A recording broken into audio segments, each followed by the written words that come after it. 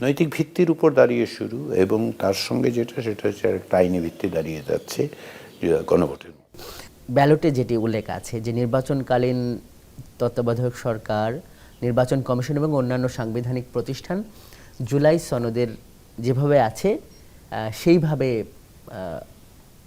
সেইভাবে গঠিত হবে, এটি ব্যালটে আছে। তো জুলাই সনদে যেটি আছে সেটি তো অনেক রাজনৈতিক দলের সেখানে নোট অফ ডিসেন্ট আছে, যেই কারণে এখন অনেকে মনে করছে যে এই যে ঐকমত্য কমিশন কিংবা এই যে উদ্যোগ, এগুলো এক ধরনের শেষ পর্যন্ত লোক দেখানো জায়গায় চলে যাবে, কারণ যে রাজনৈতিক দল এটাতে নোট অফ ডিসেন্ট দিয়েছে তারা এটি বাস্তবায়ন করবে না। দুটো বিষয়। এক নম্বর বিষয় হচ্ছে নির্বাচন কমিশন স্বাধীন করার ব্যাপারে কারো কোনো ভিন্নমত নেই, কাঠামোগতভাবে সকলে একমত হয়েছে। কিছু কিছু অন্য রাষ্ট্রীয় প্রতিষ্ঠানের ব্যাপারে কিছু কিছু ভিন্ন মত আছে, কিন্তু এটা কি বলা হচ্ছে? এটা বলা হচ্ছে যে জনগণের সম্মতির জন্য যাওয়া হচ্ছে, তাই তো? তো আপনি জনগণের কাছে যাচ্ছেন এবং তার যে কনস্টিটিউয়েন্ট পাওয়ার, তার যে গাঠনিক শক্তি, ক্ষমতা, সেটাই তো সে প্রয়োগ করছে।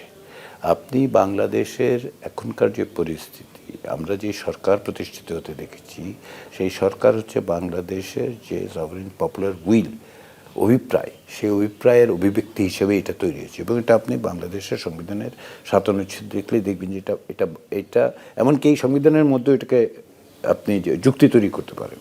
কিন্তু সবচেয়ে বড় জিনিস হচ্ছে সেটা হচ্ছে যে এটা লোক দেখানো হবে না, এই আশ্বাসটা, এই বিশ্বাসটা আমার কোথা থেকে আসে এই কারণে যে অধিকাংশ নাগরিক যদি এটাতে সম্মতি দেন, তাহলে তাদের এই সম্মতিকে অগ্রাহ্য করে কোনো রাজনৈতিক দল কি এমন কিছু করতে পারবেন?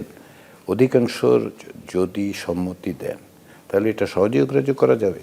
সেটা কি রাজনৈতিকভাবে তাদের মানে অবিবেচক কাজ হবে না?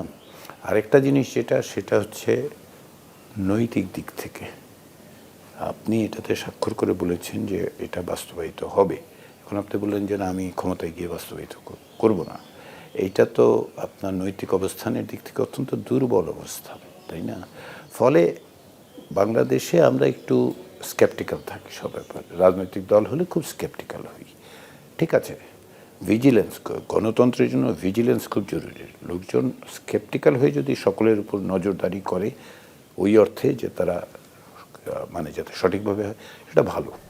তার মানে আমরা বলতে পারি যে এই সনদ বা এই যে ব্যাপারগুলো সামনে আসছে, এটা যতটা না দাপ্তরিক, তার থেকে মানে নৈতিক ভিত্তিটা বেশি।